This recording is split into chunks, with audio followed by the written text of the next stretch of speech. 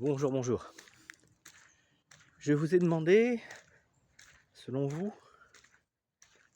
et pour vous, comment vous sentez que vos blessures, vos traumas s'activent? Qu'est-ce qui fait que ça se mette en place? Et par quels moyens? La plupart du temps, on va se rendre compte qu'il y a quelque chose qui ne va pas d'un coup. Et on va pas forcément savoir qu'est-ce qui a activé ça. On va sentir qu'on est activé, on va sentir qu'il y a un truc qui cloche. On va pas savoir d'où ça vient, on va pas savoir le pourquoi, on va pas trop savoir le comment. Parfois, on va savoir que c'est face à telle personne ou dans tel type de situation approximative. Déjà, là, ça donne une piste de départ pour commencer à remonter la piste, justement, à remonter à l'origine, à la source, pour corriger ça. Mais comment ça se passe, en fait? Quand vous avez vécu quelque chose de douloureux, de blessant, de traumatisant, eh bien, votre inconscient va enregistrer des déclencheurs, des événements, un cadre. Ça peut être une odeur, un son, une image. La plupart du temps, c'est des images ou des émotions, ou des sensations, ou des ressentis. Si vous avez vécu des humiliations, voir quelqu'un se faire humilier peut faire remonter quelque chose. Vous pouvez en avoir conscience dans ce cas-là, parce que vous savez que, ah oui, ça j'ai vécu, ça fait pas du bien. Et donc du coup, même si c'est pas moi qui le subis, là j'ai mal. C'est que c'est pas réglé, on est d'accord. Mais ça peut être des choses très variées et très différentes de cela. Comme je dis, malheureusement, dans de nombreux cas, on ne sait pas pourquoi on a mal. On ne sait pas ce qui s'est passé, on ne sait pas ce qui a déclenché, ce qui a activé ça. Et pire que tout, quand on est devenu vraiment très bon pour avoir mal, on n'a plus forcément besoin d'un déclencheur. Et juste parce que c'est habituel et que c'est comme ça qu'on fonctionne, il n'y a pas besoin qu'il y ait quelque chose ou quelqu'un qui vienne nous appuyer sur un bouton pour qu'on se sente mal.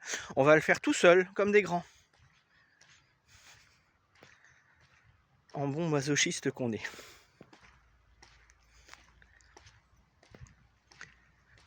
Ça, ce sont des choses qui s'accrochent bien entendu à des souvenirs. Souvenirs conscients ou inconscients, souvenirs clairs ou occultés ou flous. Nos souvenirs vont s'activer de différentes manières.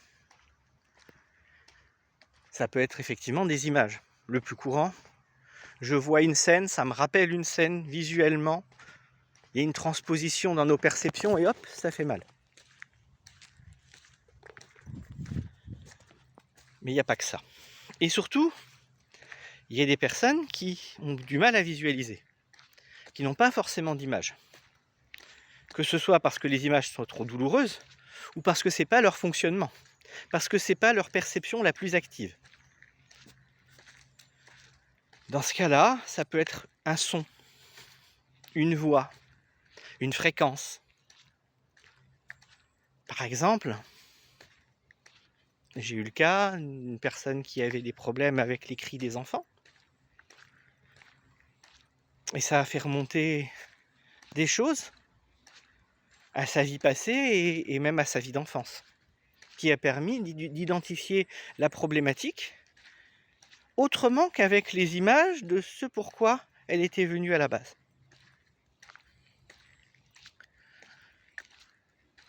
On peut avoir un déclencheur d'odeur.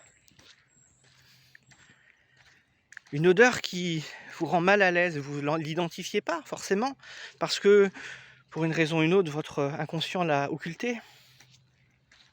Imaginez que vous avez subi une agression grave et que votre agresseur portait un certain type de parfum, ou que l'environnement dans lequel vous avez subi l'agression avait une odeur particulière.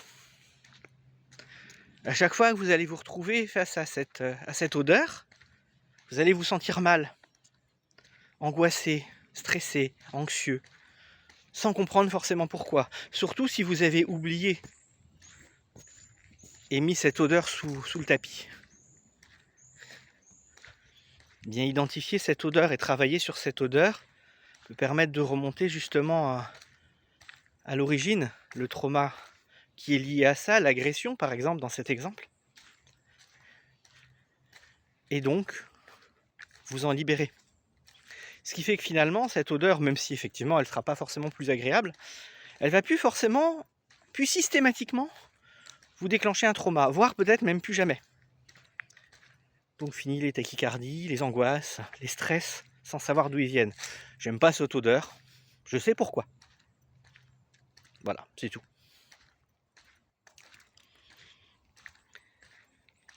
Et ça peut se faire avec tous les autres sens. Plus rarement, on peut avoir des goûts. Un goût, une texture, quelque chose dans la bouche qui nous rappelle quelque chose d'autre qui nous a fait mal. Les goûts, on est plus facilement sur des agressions sexuelles la plupart du temps. Mais bon, c'est pas systématique non plus. Hein. Il peut y avoir des cas très différents. On a tous un inconscient qui fonctionne différemment. Et donc, automatiquement, des réactions différentes sur le même genre d'événements. Le toucher, bien sûr. Le contact, certaines textures sur la peau, certaines températures, certains courants d'air, certaines pressions peuvent nous rappeler des choses désagréables et donc réveiller des traumas. Je vous dis, ça vaut pour tous les sens. Même les sens subtils. Là, c'est généralement un petit peu plus difficile à identifier et c'est également plus rare. Mais ça peut arriver aussi. Donc, quand je vous fais visualiser quelque chose ou que je vous demande de revenir sur vos visions ou sur votre événement, de revoir l'événement, si vous n'y parvenez pas, c'est pas grave, mais dites-le moi. Et on ira voir vos autres sens. Et même si vous y parvenez, rien ne nous interdit d'aller voir les autres sens justement pour corriger les choses derrière. Parce que parfois, une fois que tout est réglé, il va y avoir un petit truc à la fin, il fait « Ah purée, je sais pas, j'ai une odeur dans le nez, là, je sais pas d'où ça... Ah, j'aime pas ça, j'aime pas cette odeur. » Ok, elle vient d'où cette odeur? Qu'est-ce qui fait que tu l'aimes pas? Comment que tu l'aimes pas? D'où elle vient? Où est-ce que tu l'as sentie pour la première fois? Et hop, on va se retrouver la plupart du temps raccroché d'une manière ou d'une autre à l'événement traumatique, à la souffrance qui a déclenché tout le reste. Voilà, cette vidéo est un petit peu plus longue, mais elle nécessitait bien un petit peu de temps pour donner les variantes, les subtilités dans tout ça. Je vous laisse là-dessus. À bientôt. Ciao, ciao.